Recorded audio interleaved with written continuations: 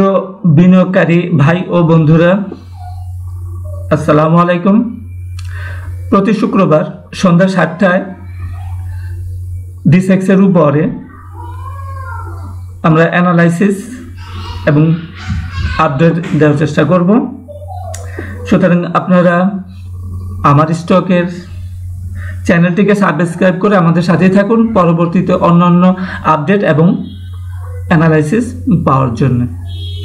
আমরা এখন ডিসেক্স নিয়ে আলোচনা করি। চলুন, গত সপ্তাহে আমরা যেমনটা দেখেছিলাম যে এখানে ব্ল্যাক যে চ্যানেলটা ছিল, ব্ল্যাক চ্যানেলটাকে এখন টাচ করেছে সর্বশেষ দিনে। গুরুত্বপূর্ণ বিষয় হলো যে আমরা বলেছিলাম যে সাধারণত 61.8% ফিবোনাসি লেভেলে একটা সাপোর্ট সাধারণত হয়ে থাকে। সেই সাপোর্টটা কিন্তু গত সপ্তাহে ভেঙে গেছে। এর ফলে এই সাপোর্টটা এখন আর কার্যকারী নাই।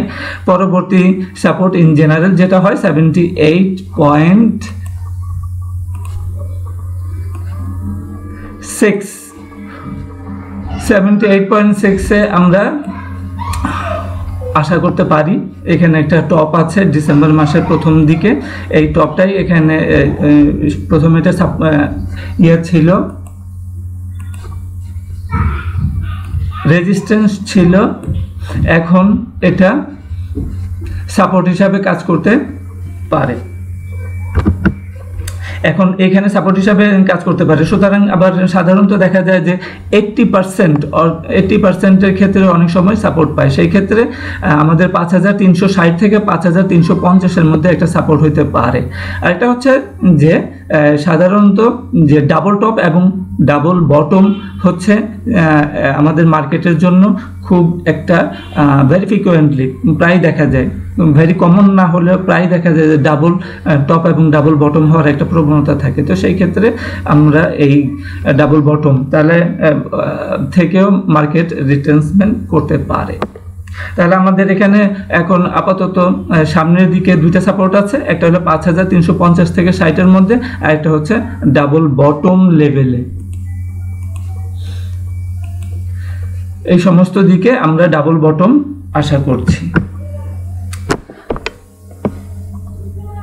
আর একটা ইস্যু হচ্ছে যে গত সপ্তাহে আমরা আলোচনা করেছিলাম যে আরএসআই এর ব্যাপারটা নিয়ে। আরএসআই এখানে in case of counter trend সাধারণত 50 থেকে 40-এর মধ্যে এটা থাকে। আমাদের ক্ষেত্রে দেখা যাচ্ছে যে ডিসেক্স এই জোনটাকে ভেঙে 40 লেভেলটাকে ভেঙে ওভারসোল্ডে চলে গেছে।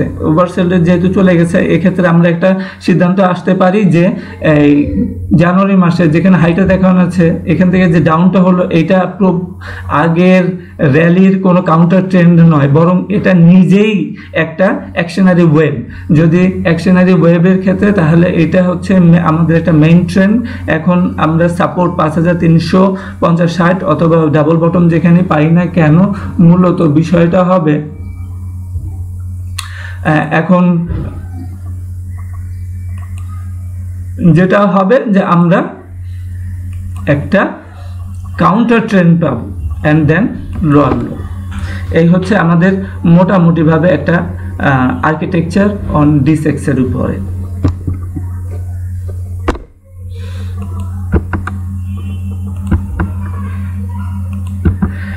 এখন আরেকটা বিষয় নিয়ে আমরা আলোচনা করতে চাই, সেটা হলো যে আমরা অতি সম্প্রতি বা এর আগেও লক্ষ্য করেছি, কিন্তু বিষয়টা আমাদের নজরে এসেছে, সেটা হলো যে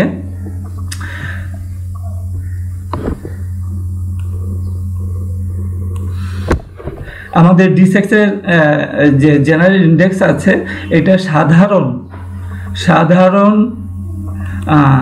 আমাদের অন্যান্য ইন্ডিভিজুয়াল স্ক্রিপ্ট যখন বৃদ্ধি পায় অথবা কমে, তার সাথে এই ডিসেক্সের গতিটা সামঞ্জস্যপূর্ণ নয়। এটার চলাচল অনেকটাই কন্ট্রোলড বা এটাকে আমরা বলি মিডগেট বা অল্প পরিসরে সে পর্যাপ্ত পরিমাণে চলাচল করে না।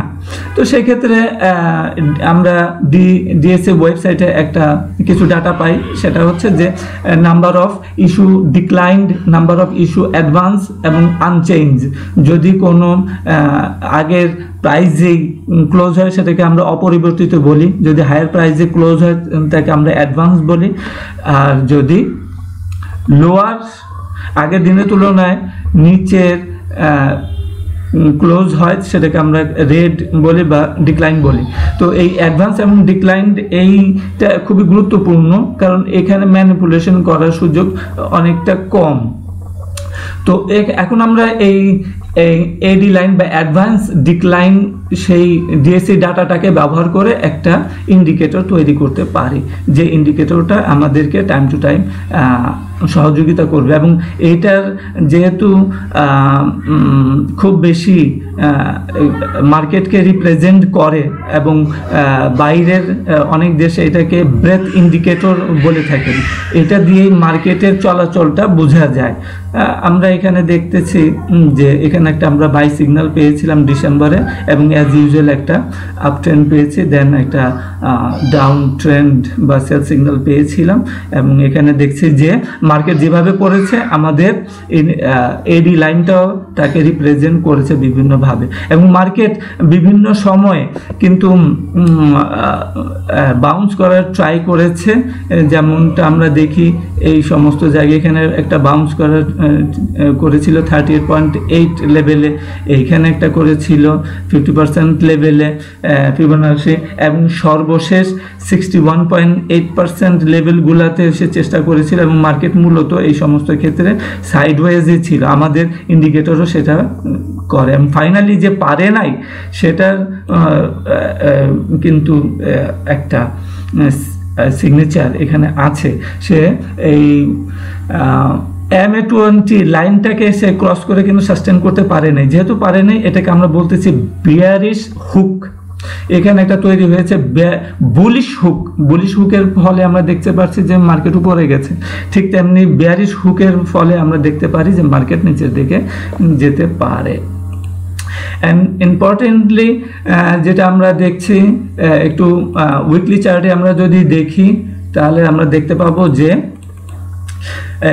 শুরুতেই ট্রেন্ডের চেঞ্জের শুরুতেই আমরা খুব একটা চমৎকার ক্যান্ডেলস্টিক প্যাটার্ন পেয়েছিলাম, যেটা আমরা আগে আলোচনা করেছি যে বুলিশ এনগলফিং প্যাটার্ন, বেয়ারিশ